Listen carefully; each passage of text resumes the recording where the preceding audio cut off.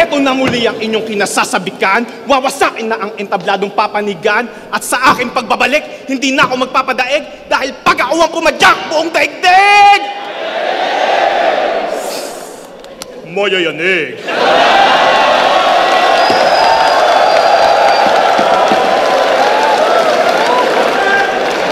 Ang inang piyok yan, sinira yung buhay ko.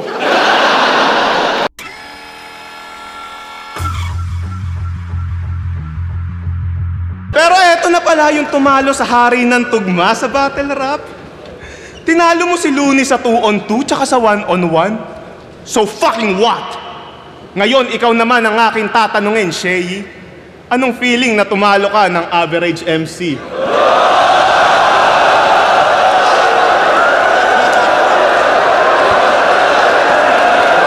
Yang pag-champion mo sa blackout, paano sa akin hihigit kung yung ngalan naman ng ligang to sa ibang bansa ko na binitbit? Kapag blackout lang nag-aapoy tong rapper na tulig, pero ngayong gabi, wa-effect na yung lingas mo, boy. May power na ulit. Alam mo, kayo ni J. King, meron kayong comparison. Yung anak mo, kamukha niya, yun yung comparison. Bago ko simulan yung round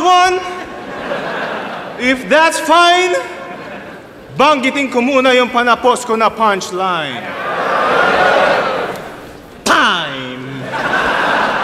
Sinimulan ko sa segundo, minuto, ako'y umuall-in, Diyos ko.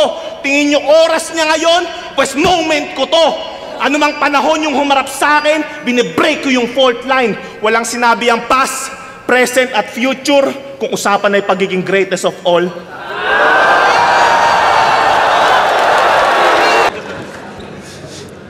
Arik, ba't ang baho? Nakakasulasok. Kaya pala, may taga-PSP na nakapasok. Ano pa bang may pagmamalaki mo dito? Nakabilang ka sa top 1 tsaka top 2 na most viewed na video? Ano nga ulit yun? Yung isa, extra ka sa 2x2, tapos yung isa, body bag ka ay sinyo. At kung usapang TF naman, wag na wag ka sa akin magyayabang. Ika'y imposibleng lumamang. And just to rub it in, dalawang laban mo sa PSP, plane ticket ko pa lang. Pagka-release ng laban yan, matik, may clip agad sa Facebook, malungkot na piano yung background music. Ako may pinakamaraming panalo. Paano na lang kung masaya pa ako?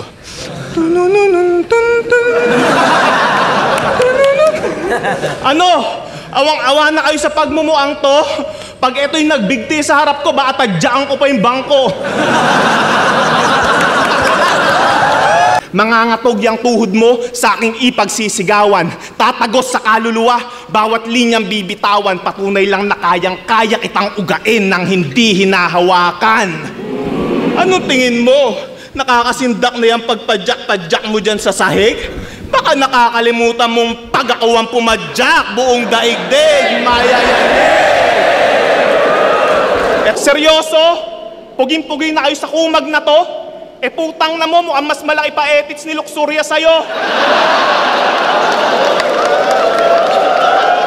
Kaya kung pagwapuhan lang bro, lahat ng aspeto lamang ako. Dahil di mo rin kayang palakihin yung boses mo ng ganto.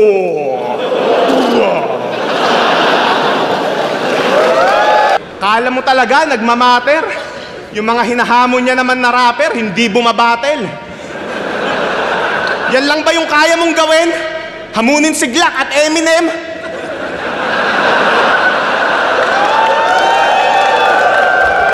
Pues bumangon ka dyan sa hukay, mag-flip top tayo, Francis M. Ano? Hanggang 2021, nag-message to, sabi niya, Tol, may laban na ako kay Elvis. Baka may extra ka dyan na lyrics. De-deny mo pa. Alam kong pagod ka na nun sa kakaisip. Kaso lang, di ko siya nireplyan kasi yung pang-ghostwrite, di ko trippings. At ngayong nagbalik ka na, alam kong napapraning ka ng pilit. Kaya nung nalaman niya magka-bracket kami, ting-ting! Romano unsent a message. Real talk! Sikat ka na pero di ka pa rin sinasalis sa Family Feud! Kasi wala kang family, dude!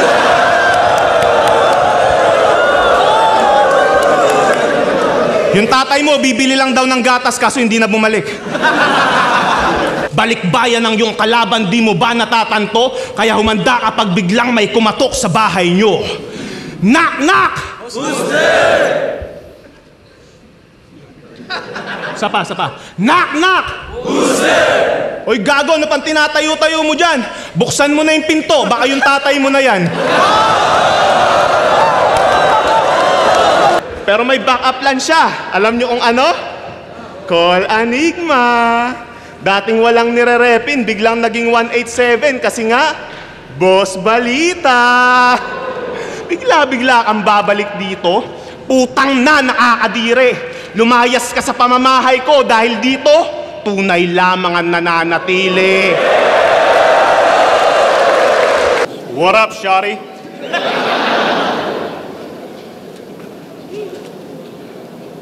Isang tanong lang bago simula ng labang to. Abra! Anong feeling ng mas pogi sa'yo ngayon yung kalaban mo? Pagiging kampiyon ay parang pagiging sober. Hindi mo na yan mararanasan. Ang dapat dito sa Romano, bigyan ng tadyak na malaspartan hanggang tumilapon ka sa pinakamababang baitang ng hagdanan at dun mo ako panoorin magkampiyon sa unang beses na pagsala. Kaya anong panaman itong idol nyong umaasta na bida? Kung isang comeback lang ng power, buhay agad yung liga. Kaya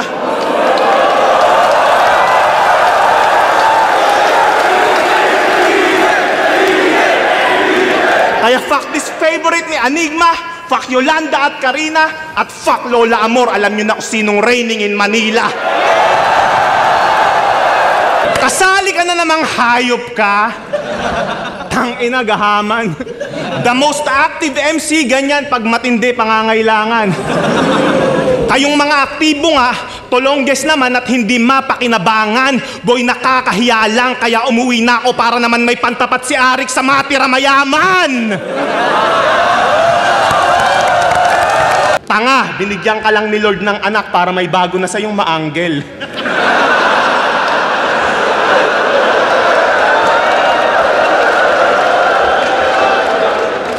Yang baby mo na yan, isa ako sa nag-abang dyan.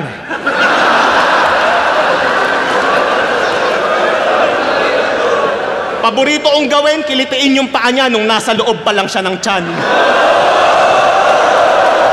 Malakas ka daw sa delivery. Ano ka, food panda? Hindi malakas buga mo, mabaho lang ang payo ko, mag-toothbrush ka. Gusto mong bumango hininga mo? Eto, habilin ko. Pag may nakita kang Mentos sa loob ng cabinet, kainin mo. Punta ako sa lugar nila. Kala ko nasa Area 51 ako. Daming lumilipad sa ere. Kala ko mga UFO, puta, mga bubungan lang pala sa Leyte. Kaya bilib ako sa lahi mo. At hapang Pilipino. Isipin nyo, para lang makapasok sa school, sumasakay pa yan ng ipo-ipo. Kaya ano pang iyayabang sa akin ang putang inang to? Hinaharap mo bagyo? Hinaharap ko snow. Pero gumaganda na yung panahon. Makakabangon na kayo ngayon. Joke lang, ngayon paputok na bulkang mayon. At kung pepersonalin mo ko gamit mga corning sulat mo, wala kang mapapala sa akin, boy. Napaka-boring ng buhay ko. Kasi magaling daw to mang clown. Galawan niya pang 1980s.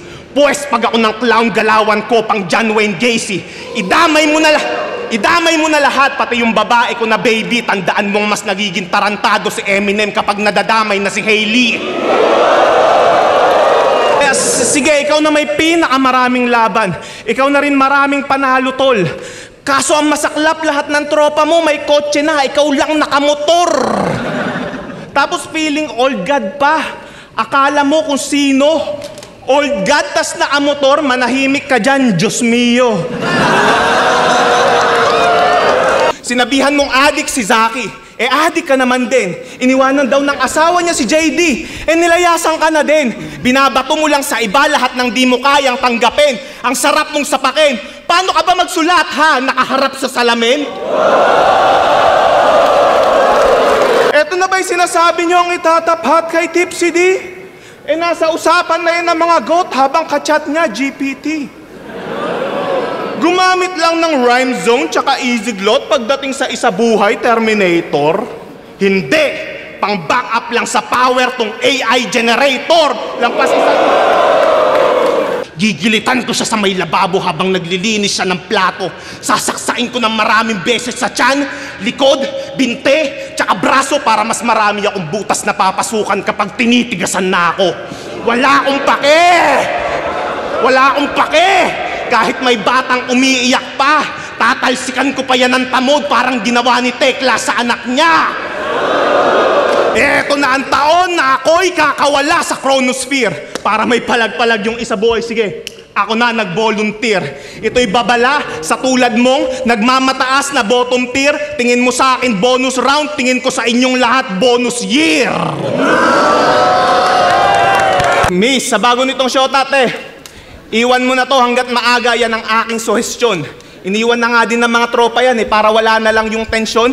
Iniwanan ng asawa at anak para sa sarili nilang proteksyon. Ano, patayan ko na din ba to ng ilaw? Wag na, matagal na tong naputulan ng koneksyon. Ano kayang gagawin itong Booksmart kapag binarubal ko na sa kalye? Tatapak-tapakan na parang tae hanggang mawasak ang imahe. Parang ang dinaganan ng elepante at inapakan ng higante. Sa sobrang grabe ng atake at ginawa kong pananalbahe, pati si Enigma mapapareminis kung paano siya ginulpi dati. Nagmumukha lang mahaba yung rounds ko dahil sa tagal ng crowd reaction.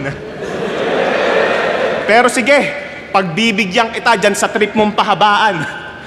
Tatagalan ko pa ng tatagalan hanggang tong matandang tagahawak ng mic mamatay na pagtapos natin maglaban.